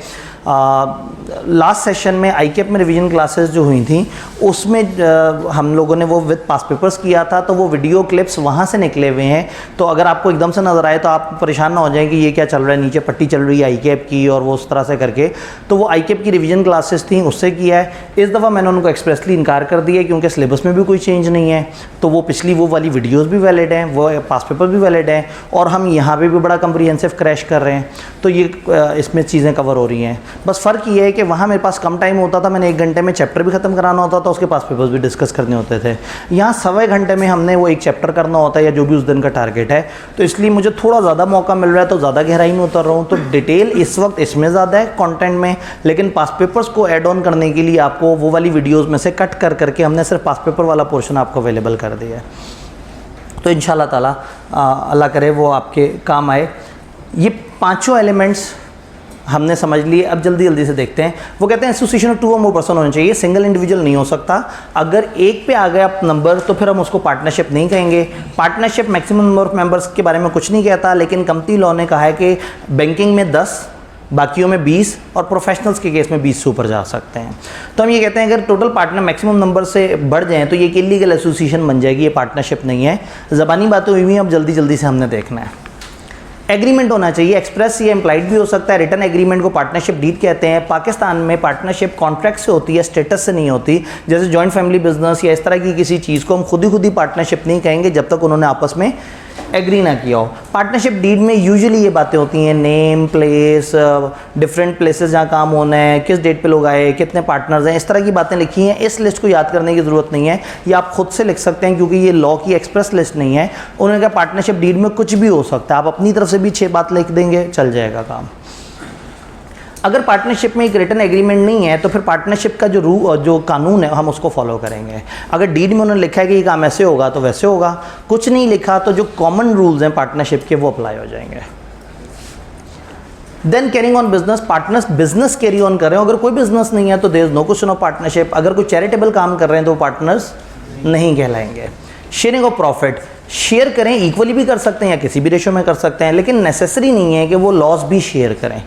प्रॉफिट शेयरिंग अरेंजमेंट होना चाहिए। म्यूचुअल एजेंसी, हर पार्टनर एजेंट भी और प्रिंसिपल भी है। एजेंट इस सेंस में कि वो अदर पार्टनर्स को बाउंड कर देता है, और प्रिंसिपल इस सेंस में कि वो बाकियों के एक्ट से बाउंड हो जाता है। देन इंपॉर्टेंट फीचर्स पार्टनरशिप के दिए हुए हैं, इस पे मैं थोड़ा सा आगे चल के कोशिश करूंगा कि डिस्कशन हो, चूँकि मैं नहीं समझता कि इस जगह पे ये डिस्कशन अचानक से कोई वैल्यू ऐड करती है या अचानक से उसको कंपनियों के साथ डिफरेंस बताना शुरू कर देते हैं, जो कि हम लोगों ने अभी कंपनी का स्ट्रक्चर उस तरह से नहीं पढ़ा हुआ। तो मुझे जब मौका मिलेगा इंशाल्लाह ताला, आज के लेक्चर में तो मुश्किल लग रहा है, लेकिन आगे के लेक्चर मौका मिलेगा तो मैं इस पॉइंट को उठा के एक दफ़ा एक्सप्लेन करूँगा। लेकिन इस टाइम पर अच्छा भला एक फ़्लो बना हुआ है, मैं नहीं चाह रहा कि वो फ़्लो हमारा टूट जाए और हम बिला वजह एक ऐसी चीज़ पर फंस जाएँ जो अभी हमें नहीं पता कि कंपनी, लिमिटेड लायबिलिटी और सेपरेट लीगल पर्सन, ये क्या बातें हैं।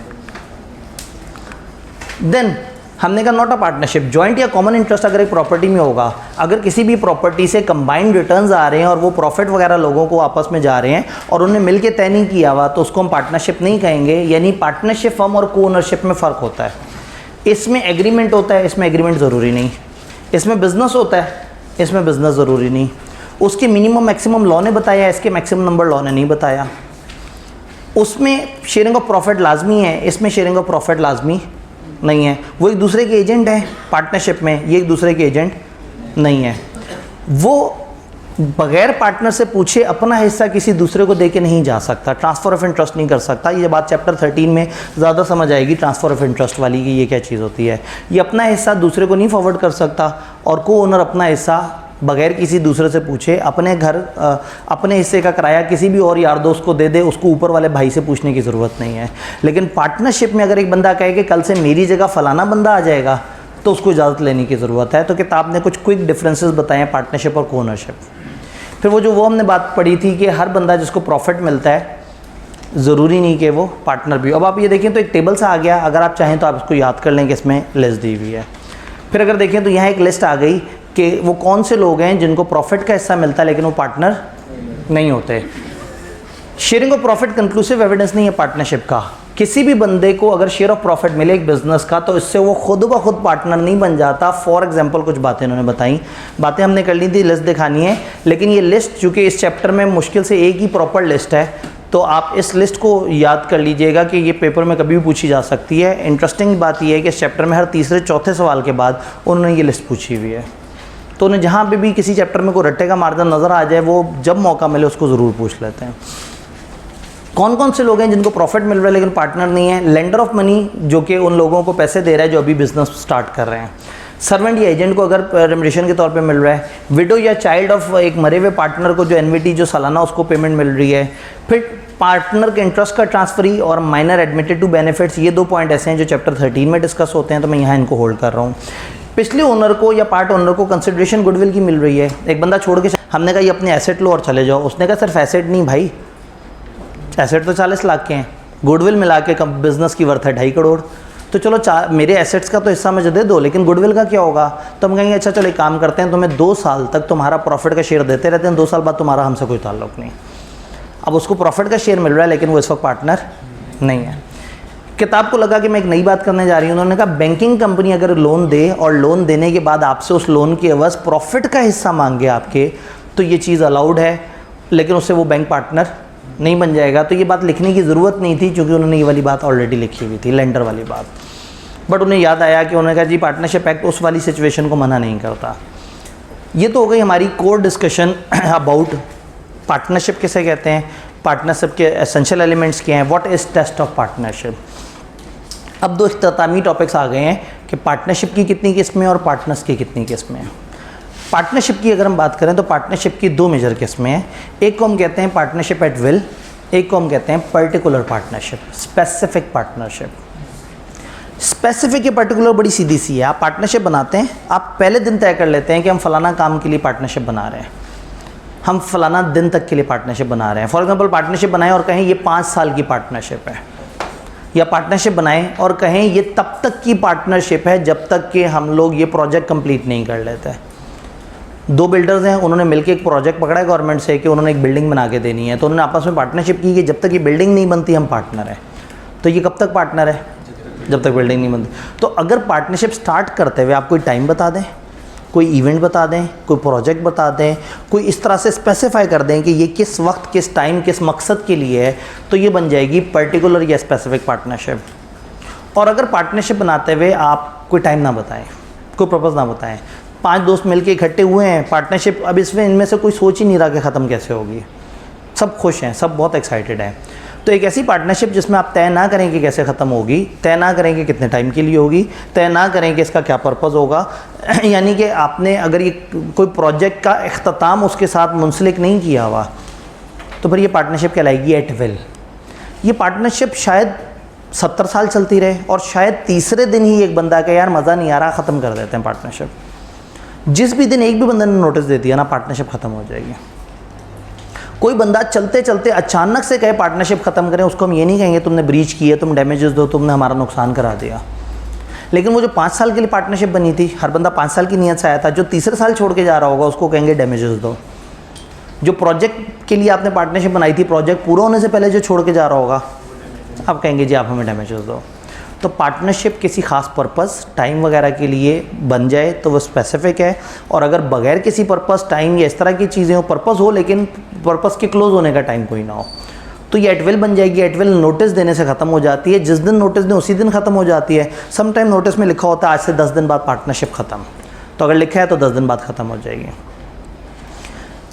अगर पर्टिकुलर पार्टनरशिप का टाइम पूरा हो गया और वो फिर भी चलते जा रहे हैं, तो इसका मतलब है वो पार्टनरशिप पर्टिकुलर नहीं रही, वो एट विल बन गई है।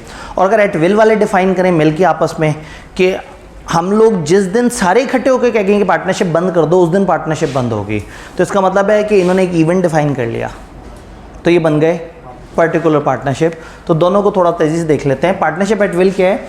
Where no provision is made between partner for duration of partnership. Partnership की मुद्दत नहीं तय की हुई, कोई प्रोविज़न नहीं है कि पार्टनरशिप कब ख़त्म होगी।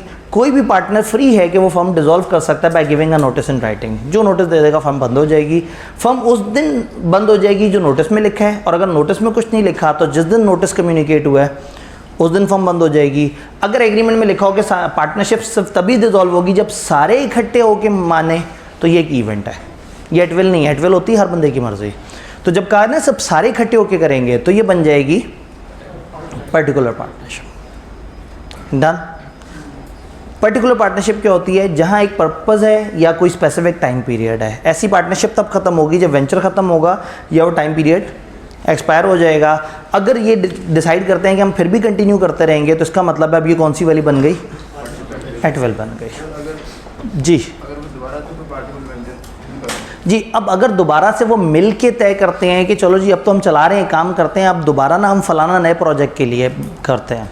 कोई काम शुरू करने में मसला नहीं है, लेकिन मसला तब है जब आप एक डेडलाइन डिफाइन कर दें कि ये प्रोजेक्ट ख़त्म होने पे हम भी ख़त्म हो जाएंगे। तो एट विल में भी बिज़नेस होता है, इसमें भी बिज़नेस होता है, लेकिन इसमें बिज़नेस के साथ लिंक नहीं होता। इसमें होता है कि जब ये बिज़नेस इस लेवल पे पहुंच गया तो हम ख़त्म कर देंगे। दोनों का फ़र्क समझ आ रहा है? देन पार्टनरशिप का लॉ पार्टनर्स की किस्मों पे बात करता है। आपके पास तरतीब हो सकता है थोड़ी ऊपर नीचे हो, लेकिन ये डिस्कशन करके एक दफ़ा समझते हैं पार्टनर्स की किस्में कितनी तरह की हैं। पार्टनर्स कई तरह के होते हैं। एक होता है एक्चुअल या दिखने वाला, नज़र आने वाला पार्टनर, ऑस्टेंसिबल पार्टनर। इसको एक्चुअल पार्टनर भी कहते हैं, इसको एक्टिव पार्टनर भी कहते हैं, इसको ऑस्टेंसिबल पार्टनर भी कहते हैं। ये वो पार्टनर है जो सबको नज़र आ रहा है। 4 बंदे आपको नज़र आ रहे हैं, यार मिस्टर ये भाग दौड़ कर रहा है, ये हर काम कर रहा है, ये इस पार्टनरशिप को चला रहा है, ये इस पार्टनरशिप का रूह रवां है। तो फिर आप कह देते हैं कि ये जो शख्स है ये एक्चुअल पार्टनर है, ये एक्टिव पार्टनर है। सम टाइम कुछ पार्टनर्स होते हैं लेकिन वो एक्टिवली इन्वॉल्व नहीं होते। आपको पता है कि यार 4 दोस्त हैं, एक बंदा है जिसने पैसे दिए हैं, वो डे टू डे चीज़ों को नहीं देखता, वो हर चीज़ के लिए भागदौड़ नहीं करता, वो खामोशी से बैठा रहता है, ना वो किसी से डील करता है, सारी डीलिंग करते हैं बकाया 3 लोग। तो बाकी 3 लोग एक्चुअल पार्टनर्स हैं या ऑस्टेंसिबल पार्टनर हैं, और वो एक बंदा जो खामोश है, सबको पता है कि हमारा पार्टनर है लेकिन खामोश है, उसको हम कहते हैं silent partner. Silent partner day to day affairs में इन्वॉल्व नहीं होता कंपनी के। अक्सर एक इन्वेस्टर होता है जो पैसे दे के कहता है भाई मुझे मत बुलाना, मैं कंपनी की हर मामले को नहीं देखूंगा। समटाइम इसे पता भी नहीं होता, ये इन्वेस्टर होता है, इसे नहीं पता होता कि वो बिज़नेस कैसे चलेगा। फ़र्ज़ करें 3 FSA की टीचर हैं, वो मिलके एक ट्यूशन सेंटर खोलना चाहते हैं और पैसे नहीं है, पैसे दे दिए उनके चौथे दोस्त ने। उस दोस्त ने कहा पैसे मैं देता हूँ, हम चारों पार्टनरशिप बनाते हैं, मैं मौजूद हूँगा, मैं पार्टनर हूँगा, लेकिन मैं काम नहीं करूँगा, मुझे नहीं पता ट्यूशन सेंटर कैसे चलता है, तुम 3 चलाना। तो पार्टनर है, मौजूद है, सबको पता है, लेकिन काम नहीं कर रहा, ये कहलाएगा साइलेंट पार्टनर। इसी की एक एडवांस फॉर्म होती है स्लीपिंग पार्टनर। पार्टनर होता है, मौजूद होता है, लेकिन लोगों को नहीं पता होता। यानी सब समझेंगे कि ट्यूशन सेंटर ये 3 टीचर्स चला रहे हैं FSC का ट्यूशन सेंटर, जबकि एक चौथा शख्स होता है जिसने शायद पैसे दिए होते हैं और वो दुनिया के सामने ही नहीं आया होता। तो स्लीपिंग और साइलेंट में फ़र्क है। स्लीपिंग की एग्जिस्टेंस भी नहीं लोगों को पता होती, और साइलेंट की एग्जिस्टेंस पता होती है और सबको पता होता है कि ये बंदा काम नहीं करता। स्लीपिंग हो सकता है बैक डोर पे इनसे मुलाकातें करके इनको कहता हो ये ऐसे कर लो, ऐसे कर लो, लेकिन दुनिया के सामने ना वो नज़र आता है, ना दुनिया के सामने बिजनेस अफेयर्स को डील करता है। साइलेंट वाला दुनिया को नज़र आता है लेकिन वो बिजनेस अफेयर्स को डील नहीं करता। तो ये दोनों वो पार्टनर्स हैं जो एक्टिव नहीं है। तो किताब से अगर जल्दी से इन तीनों पार्टनर्स को देख लें तो एक्चुअल ऑस्टेंसिबल पार्टनर जो एक्टिवली इन्वॉल्व है कंडक्ट ऑफ बिजनेस में, ये एजेंट है फॉर ऑल अदर पार्टनर्स, और ये अपने एक्ट से अपने आप को और अपने फर्म को बाइंड कर सकता है। साइलेंट पार्टनर कौन है? जो एग्रीमेंट के तहत कहते हैं कि हमारी कोई वॉइस नहीं होगी मैनेजमेंट में, हम कुछ काम नहीं करेंगे, सब कुछ वही है, प्रॉफिट भी शेयर करेंगे, लॉस भी अगर तय हुआ है तो शेयर करेंगे, लाइबल होंगे डेट्स ऑफ द फर्म के लिए, लेकिन साइलेंट होंगे, कुछ एक्टिवली इन्वॉल्व नहीं होंगे। ये एक्टिवली इन्वॉल्व होगा। स्लीपिंग इससे आगे है, थर्ड पर्सन को इसके बारे में नहीं पता जो फर्म से डील कर रहे हैं, मे और may not take active part in conduct of business. Business में हिस्सा लेना चाहे तो ले ले, लेकिन बैकडोर से, ना हिस्सा लेना चाहे तो भी नहीं। लेकिन दुनिया को ना इसकी एग्जिस्टेंस पता है कि ये पार्टनर है और ना ये काम करता नज़र आ रहा है। इक्वली लाइबल है बाकी सारे पार्टनर्स की तरह, उसी तरह से शेयर करेगा, उसी तरह से सारे काम है, लेकिन जब ये छोड़ के जाएगा तो इसको नोटिस देने की ज़रूरत नहीं है पब्लिक को, क्योंकि दुनिया को तो इसके बारे में पता ही नहीं है। तो साइलेंट और स्लीपिंग का फ़र्क समझ आना ज़रूरी है। क्या ये बात समझ आ रही है?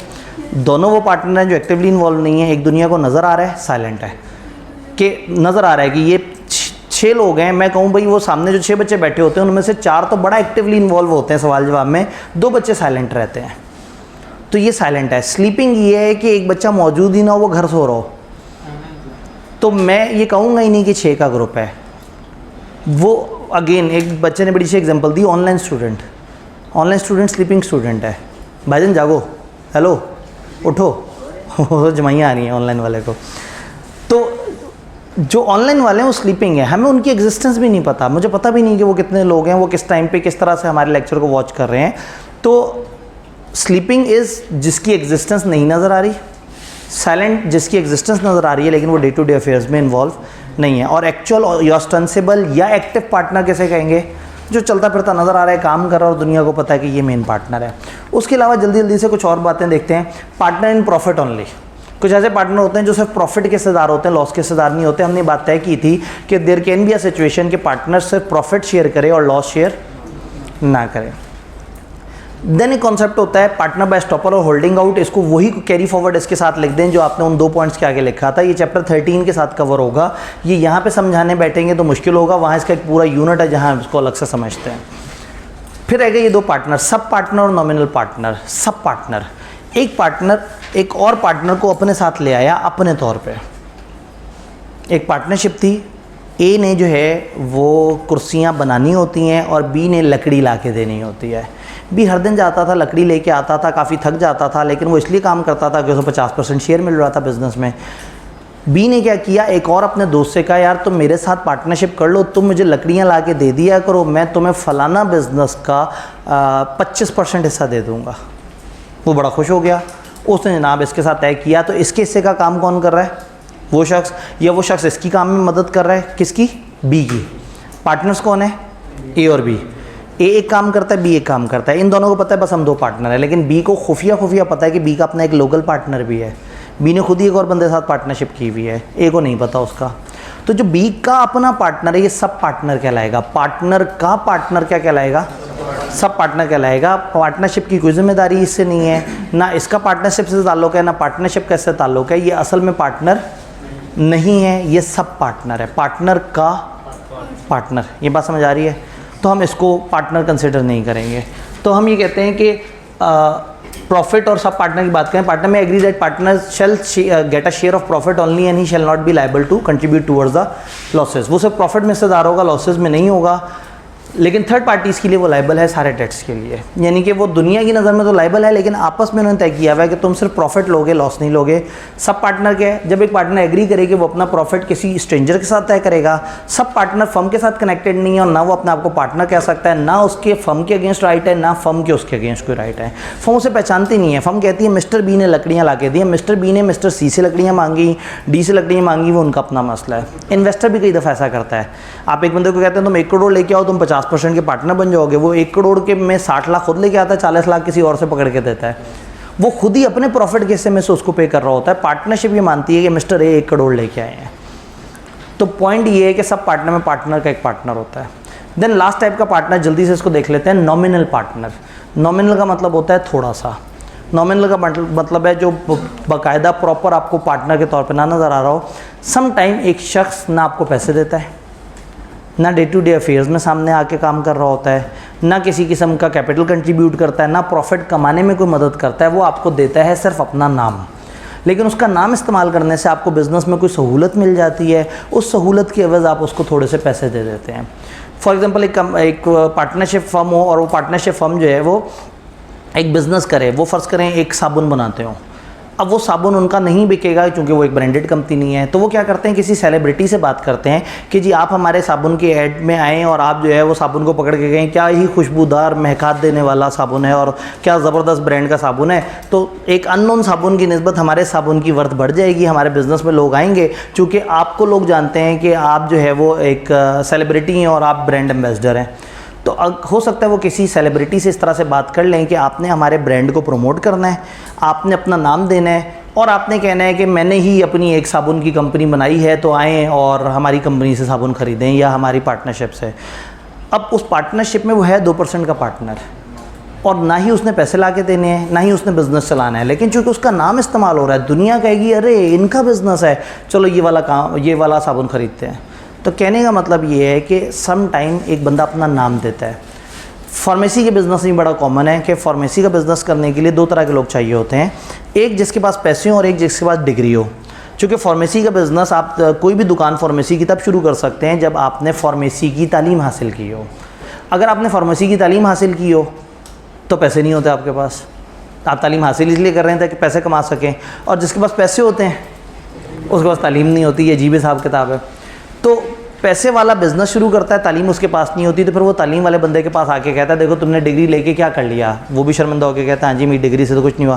तो मैं तुम्हें बताता हूँ तुम्हारी डिग्री का एक फ़ायदा है, तो मेरे पार्टनर बन जाओ, मैं तुम्हें प्रॉफिट का 2% दे दिया करूँगा। उसने कहा मुझे क्या करना होगा? उसने कहा कुछ नहीं करना होगा।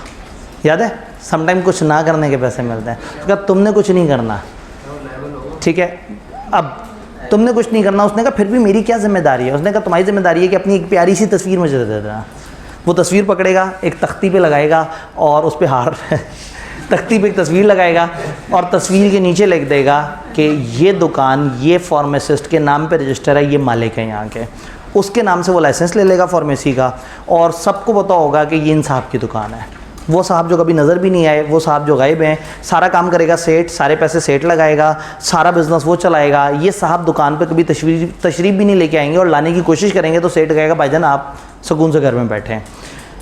तो ये पार्टनर है, दुनिया की नज़र में पार्टनर है। उस फार्मेसी ने कुछ गड़बड़ की, सबसे पहले तस्वीर वाले बंदे को पकड़ा जाएगा।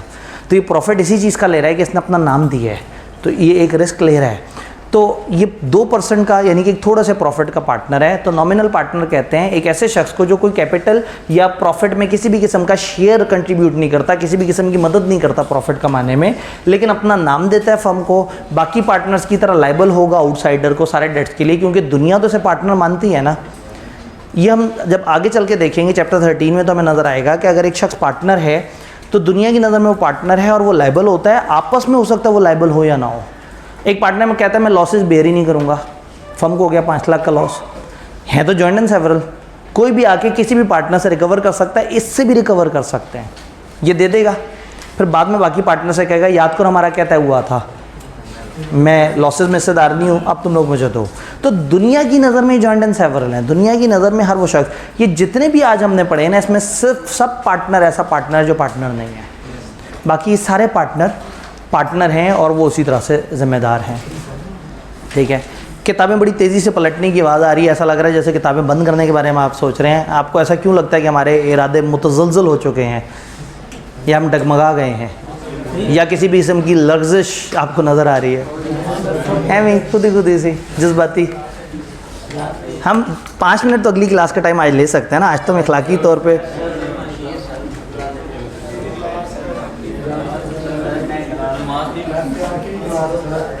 नमाज चेक करें, उसने पूरी कोशिश की है कि दीन को लड़ा दे।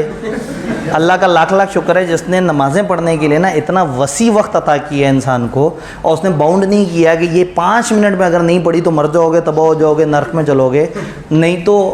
और ये नमाज आज अचानक से याद आई, हर दिन हम 2:15 तक जा रहे होते थे और उस वक्त नमाज याद नहीं आती थी, तो ये नमाज को लड़वाने की कोशिश कर रहे हैं। ये वो वाला धरना है जो इस्लाम के नाम पे इसलिए दिया जा रहा है कि गवर्नमेंट को कोई मुश्किल है या गवर्नमेंट को मुश्किल देनी है, तो यहाँ ये जो है ना ये ख़तरनाक मामला बीच में लेके आए। जल्दी से देखते हैं, जितना हम देख सकते हैं उसको जल्दी से देखने की कोशिश करते हैं। बीच में जो इंतज़ामिया वाले भाई हैं मैं उनको कहूँगा कि जब पूरे 2:15 होना तो एक दफ़ा बाहर निकल के बच्चों से कहना है कि बस क्लास 5-1 मिनट लेट है, और ये कहते हुए थोड़ा सा आगे जाके सर अली इमरान भी अगर नज़र आए तो उनसे कहना है कि सर वो ना लेक्चर थोड़ा लेट शुरू हुआ था, पिछले टीचर ने थोड़ा लेट क्लास ख़त्म की थी, तो सर जो है ना वो इसलिए कह रहे हैं कि मैं 5-7 मिनट ऊपर लगाऊंगा, तो वो समझ जाएंगे कि मैंने 10 मिनट का पैगाम भेजा है। हाँ, बाहर के बच्चे जो है परेशान ना हो तो उनको आपने जो है ना 5 मिनट की बात करनी है तो वो शायद उस 5 मिनट को अपने हिसाब से इंटरप्रेट कर लें। ठीक है जी, हम लोगों ने मसला रिजॉल्व कर दिया है। अभी भी अगर कुछ गड़बड़ हो गई तो उसकी जिम्मेदारी नहीं है, लेकिन कोशिश कर दी है। पार्टनर्स की एक दूसरे के साथ रिलेशन, पार्टनर्स के एक दूसरे के साथ रिलेशन। अब जो पार्टनर्स की एक दूसरे के साथ रिलेशन है इंतहाई कॉमन सेंस वाला चैप्टर है और इस चैप्टर का मैक्सिमम पोर्शन बहुत ही तेज़ी से क्विकली कवर हो जाता है। सीधी सी बात है, पार्टनर्स के एक दूसरे से क्या रिलेशन है, वो ईमानदारी से काम करेंगे, गड़बड़ नहीं करेंगे, हर किसी को उसका हिस्सा प्रॉपर देंगे, मिलजुल के काम करेंगे, कहीं एक दूसरे के साथ बेईमानी नहीं करेंगे, चालबाजी नहीं करेंगे, जो मशवरा देना चाहता है उसका मशवरा सुनेंगे, जो अकाउंट्स देखना चाहता है उसको अकाउंट्स देखने की इजाज़त देंगे, हर बंदे को प्रॉफिट का हिस्सा सही से दिया जाएगा, उसके एसेट्स का हिस्सा सही से दिया जाएगा, वो छोड़ के जा रहा होगा तो उसके साथ जुल्म नहीं करेंगे, वो बीच में आ रहा होगा कोई नया बंदा तो जुल्म नहीं करेंगे। तो पार्टनरशिप में आपस में राइट्स ये हैं कि एक दूसरे को तंग नहीं करेंगे, एक दूसरे के साथ बड़ा अच्छा चलेंगे। अब ये इतनी कॉमन सेंस वाली बातें, ये तो हैं जनरल बातें। आप एग्रीमेंट में कुछ बातें इजाफी भी तय कर सकते हैं कि हाँ भाई तुम ये वाला काम करोगे, तुम ये काम नहीं करोगे, तुम इस तरह से चलोगे, तुम इस तरह से नहीं चलोगे। आपको याद है हमने कहा था पार्टनरशिप के एग्रीमेंट में अगर कुछ ना लिखा हो तो हम पार्टनरशिप के रूल्स को फॉलो करेंगे। तो इसका मतलब है कि कुछ जनरल रूल्स हैं पार्टनरशिप के जिनको हम पहले फॉलो करेंगे, और अगर पार्टनरशिप एग्रीमेंट में हमने कुछ लिखा है तो वो फॉलो होगा। यानी कॉमन रूल ये है कि ये इक्वल शेयर करेंगे। कॉमन रूल क्या है, अगर पार्टनरशिप शुरू कर देते हैं और ये लिखना भूल जाते हैं कि हम में से हर कोई कितने का हिस्सेदार है, तो कॉमन रूल क्या है, वो इक्वल शेयर करेंगे। कॉमन रूल ये है कि लॉस भी शेयर करेंगे सारे सेम परसेंटेज में। अगर कुछ नहीं तय किया तो जो आपने कहा ना तुम 20% के पार्टनर हो तो तुम प्रॉफिट के पार्टनर भी हो, लॉस के पार्टनर भी, ये भी कॉमन रूल है। कॉमन रूल ये है कि ये रेम्युनरेशन नहीं लेंगे, तनख्वाह नहीं लेंगे, लेकिन एग्रीमेंट में चाहें तो ये तय कर सकते हैं। कॉमन रूल ये होगा कि इंटरेस्ट ऑन कैपिटल नहीं लेंगे, यानी अगर आप उसने पैसे दिए हुए हैं तो उस पैसे पे हम उसको इंटरेस्ट नहीं देंगे, ये हमारा कॉमन रूल है। लेकिन अगर तय हो जाए तो इंटरेस्ट दे देंगे, सेक्स नहीं, तय हो जाए तो जो तय हो जाए हम वो देंगे। अगर कोई एडवांस दे दे, कोई लोन दे दे अदर देन कैपिटल, कैपिटल तो है ना जो उसने पैसे दिए बिजनेस के लिए, एडवांस दे दे और कुछ ना तय हुआ हो तो कम से कम 6% इंटरेस्ट मिलेगा, और अगर तय हो जाए तो जो तय हुआ वो मिलेगा। यानी कि कुछ कॉमन बातें हैं कि अगर आपस में तय कर लिया जाए, अगर कुछ नहीं तय हुआ तो पार्टनर्स के राइट हमेशा सेम रहेंगे, चाहे पार्टनरशिप नई तरह की बन जाए चाहे पुरानी तरह की। विल बन जाए पर्टिकुलर बन जाए विल। आप एक बिजनेस करते थे 3 बिजनेस शुरू कर लें, 3 करते थे 5 शुरू कर लें। एक बंदा नया आ जाए, कोई बंदा छोड़ के चला जाए, जो पार्टनर्स के राइट बिफोर दैट चेंज है, आफ्टर चेंज भी वही राइट रहेंगे, अनलेस कि आपने कुछ एग्रीड कर लिया अदरवाइज। इसका मतलब है कि कुछ ऐसी चीज़ें हैं, कुछ ड्यूटीज़ तो हैं जस्ट और फेथफुल होना है, वो तो हमेशा होना है, लेकिन तनख्वाह लेनी है या नहीं लेनी ये हमेशा नहीं है, ये एग्रीमेंट के मुताबिक होगा। इसको हम कहते हैं क्वालिफाइड ड्यूटी। क्वालिफाइड का मतलब अगर आप एग्रीमेंट में तय करेंगे तो वो फॉलो होगा, नहीं तय होगा तो कॉमन रूल्स ये वाले हैं जो फॉलो होंगे, याद रहेगा। तो ये वो रूल्स हैं जिनको आप चेंज कर सकते हैं, लेकिन मैं ईमानदारी से काम करूंगा इस रूल को हम चेंज नहीं कर सकते। मैं अकाउंट्स देख सकता हूँ, इस रूल को हम चेंज नहीं कर सकते। तो कुछ कॉमन राइट्स हैं और कुछ ऐसे राइट्स हैं जो एग्रीमेंट से आगे पीछे किए जा सकते हैं। तो अब इंतहाई जल्दी से किताब में देखते हैं। बड़ा कॉमन सेंस वाला चैप्टर और बहुत ही बेसिक बातें हैं। मैंडेटरी ड्यूटीज़ क्या है पार्टनर की, जो एग्रीमेंट से चेंज हम नहीं कर सकते। जस्ट एंड फेथफुल होंगे, बेईमानी नहीं करेंगे, गड़बड़ नहीं करेंगे, गुड फेथ में एक दूसरे के साथ काम करेंगे। बिजनेस ग्रेटेस्ट कॉमन एडवांटेज के लिए करेंगे, एक दूसरे को चीट नहीं करेंगे, मिल के काम करेंगे। देंगे बाकी सारे पार्टनर्स को, फुल इन्फॉर्मेशन प्रोवाइड करेंगे सारे पार्टनर्स को, और कोई भी लॉस जो उसके फ्रॉड की वजह से हुआ है वो बाकियों को उसको कंपनसेट करेगा, इंडेमनिफाई करेगा। ये बात समझ आई। देन हम क्या कहते हैं, rights and duties by contract. Other than compulsory rights and duties, ये आपस में कॉन्ट्रैक्ट करके, यानी कि पार्टनरशिप डीड में भी चीज़ें तय कर सकते हैं। ये डीड एक्सप्रेस भी हो सकती है और एम्प्लॉयड भी हो सकती है। इस डीड में कोई भी कॉन्ट्रैक्ट में चेंज करना हो तो सारे पार्टनर्स की कॉन्सेंट से ही होगा। हमने कहा था agreement and restraint of trade का मतलब है कि आप किसी को कारोबार करने से नहीं रोक सकते, लेकिन हम अपने ही एक पार्टनर को अपना वाला काम करने से रोक सकते हैं। और हम अपने ही पार्टनर को ये भी कह सकते हैं कि इस पार्टनरशिप को पूरा टाइम देने के लिए आपने हमारे अलावा और कोई कारोबार नहीं करना। तो ये एक एक्सेप्शन है, अगर आप एग्रीमेंट में लिख लें तो आप ये भी कर सकते हैं। अदरवाइज अगर मैं कॉमन रूल्स की बात करूं तो कॉमन रूल में मैं ये लिख सकता हूं कि partner can do anything, partner can do anything outside of partnership. Partnership से बाहर निकल के वो जो मर्जी करना चाहे कर सकता है, ये कॉमन रूल है। बट एग्रीमेंट कर दें तो आप ये क्वालिफाइड ड्यूटी उसकी चेंज कर सकते हैं। तो ये कॉमन चीज़ें हमेशा फॉलो होंगी, लेकिन एग्रीमेंट में लिख दिया तो फिर जो एग्रीमेंट में लिखा है वो फॉलो होगा। After change in firm, partners के आपस में कॉन्ट्रैक्ट के मुताबिक, अनलेस के कुछ उन्होंने डिफरेंट वो किया हुआ है, जो पार्टनर्स की बिफोर चेंज थे आपस के राइट्स वही आफ्टर चेंज होंगे। अगर फर्म में कोई कॉन्स्टिट्यूशन में चेंज है, कोई नया पार्टनर आ जाए या कोई छोड़ के चला जाए, एक फर्म फिक्स टर्म के लिए बनी थी वो बन जाए, उसके बाद भी चलती रहे, ट्वेल्व बन जाए। एक फर्म एक या एक से ज़्यादा बिजनेस कर रही थी, उसने कुछ और बिजनेस भी शुरू कर दिए, तो जो राइट्स इनके पहले थे वही बाद में रहेंगे। लेकिन अगर तय कर लें कि इस नए बिजनेस में अब हमारे हिस्से डिफरेंट होंगे तो फिर डिफरेंट होंगे। कंडक्ट ऑफ बिजनेस, इनका राइट क्या है? इनका राइट ये है कि बिजनेस के कंडक्ट में हिस्सा ले सकते हैं, अपनी ड्यूटीज डिलीजेंटली परफॉर्म करेंगे, सही से काम करेंगे। उनका राइट है कि उनको कंसल्ट किया जाए, जब भी कोई मामला हो, जब भी कोई चीज़ हो उनसे पूछा जाए। फर्म के बिजनेस में कोई चेंज उनकी रजामंदी के बगैर ना हो, किसी नए पार्टनर का आना या किसी का जाना या पार्टनरशिप में कोई भी बड़ी तब्दीली उनकी मर्जी के बगैर ना हो। उनका राइट है कि उनको बुक्स ऑफ द फर्म की एक्सेस हो, फर्म के रिकॉर्ड्स की एक्सेस हो। बड़े ही कॉमन सेंस वाले पॉइंट हैं, इसलिए मैंने इसको क्विक पॉइंट पर रखा है। राइट्स क्या हैं? फॉर रिमरेशन का जनरल राइट नहीं है, लेकिन अगर आप एग्रीमेंट कर लें तो आप वर्किंग पार्टनर्स को रिमरेशन दे सकते हैं। Profit and losses, normally profit और लॉस प्रॉफिट इक्वली वो करते हैं अनलेस एग्री डिफरेंट। प्रॉफिट का मतलब ये है कि आप लॉस में भी हिस्सेदार हैं अनलेस कि आपने एग्जाम किया। मैंने सारी बातों को जनरल रूल्स एक दफ़ा बता दिया जिससे वो सारी बात समझ आ जाती है। Right to interest on capital, interest on capital तब अलाउ होता है जब एग्री हुआ हो, और अगर एग्री नहीं हुआ हो तो अलाउ नहीं होगा। अगर एग्री होगा तो प्रॉफिट्स में से पहले इंटरेस्ट माइनस होगा, फिर प्रॉफिट्स की तकसीम होगी। जी, अगर लॉस हो तो लॉस तकसीम होगा उनमें। इंटरेस्ट तो मिलेगा लेकिन नहीं मिलेगा ना, यानी हम कहेंगे कि अब आपको इतना इंटरेस्ट मिलेगा और अब आपको प्रॉफिट का इतना हिस्सा मिलेगा। इंटरेस्ट दिया 1 लाख और कहा प्रॉफिट का हिस्सा तो नहीं है, लॉस का हिस्सा 10 लाख है, तो अब आप नेगेटिव 9 लाख हमारे पास हैं, जब हमारे पास पैसे आए हम आपको दे देंगे। तो कहने का मतलब है कि लॉस की सूरत में हाथ में नहीं आएंगे, लेकिन अकाउंट्स में लिखा हुआ होगा कि इसके पेबल है। इंटरेस्ट ऑन एडवांस, अगर पार्टनर ने कोई पेमेंट या एडवांस वगैरह दिया अपने पैसों से और कुछ नहीं तय हुआ तो 6% उसको इंटरेस्ट मिलेगा, और अगर तय हुआ है तो जो तय किया हुआ है वो मिलेगा। राइट टू इंडेमनिटी है, हर पार्टनर के पास ये राइट है कि वो इंडेमनिटी फर्म से ले सकता है। अगर फर्म ने कुछ गड़बड़ की और उसका नुकसान हुआ है तो वो फर्म से कंपनसेशन मांग सकता है। यानी फर्म ने गड़बड़ कर दी, बंदे उस शख्स ने आगे से पकड़ लिया कि तुम लोग 5 लाख, इसने दिए 5 लाख, अब इसका क्या राइट है, फर्म से मांगे। और ड्यूटी है कि अगर इसने जानबूझ के कोई कोताही की तो ये बाकी पार्टनर्स को कंपनसेट करे। इसी में चलते चलते हम बात करते हैं पर्सनल प्रॉफिट अगर ड्राइव करेंगे या अगर compete करेंगे। कोई भी पार्टनर ये नहीं करेगा कि वो फर्म के साथ कंपटीशन करे, फर्म के मुकाबले पे नहीं आएगा। अगर वो आए तो गलत होगा। भाई फर्म काम करती है कुर्सियाँ बनाने का, और वो भी अपना एक बिज़नेस शुरू कर दे कुर्सियाँ बनाने का, तो उससे तो नुकसान होगा, वो अपने क्लाइंट उठा के अपने बिज़नेस को दे देगा। तो कोई पार्टनर फर्म के साथ compete नहीं करेगा, अगर करेगा तो जो प्रॉफिट्स होंगे वो फर्म को देगा। कोई पार्टनर फर्म में रहते हुए कोई खुफिया प्रॉफिट नहीं बनाएगा।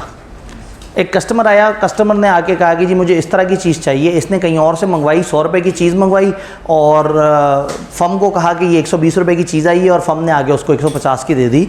तो ये 20 रुपया फर्म को कमाना चाहिए था, इसको नहीं कमाना चाहिए था। तो कोई भी पार्टनर अगर दरमियान में कोई खुफिया प्रॉफिट कमाएगा, कोई भी खुफिया प्रॉफिट कमाएगा तो फिर वो फर्म को बांटना पड़ेगा। तो किसी भी किस्म का पर्सनल प्रॉफिट अगर आप बीच में ड्राइव करते हैं तो आप ऐसा नहीं कर सकते। अब इसमें एक ही टॉपिक रहता है विच इज़ पार्टनरशिप प्रॉपर्टी, और मेरे ख्याल में हमने बाहर वाली क्लास को और अंदर वाली क्लास दोनों को रीज़नेबल तकलीफ़ दे दी है।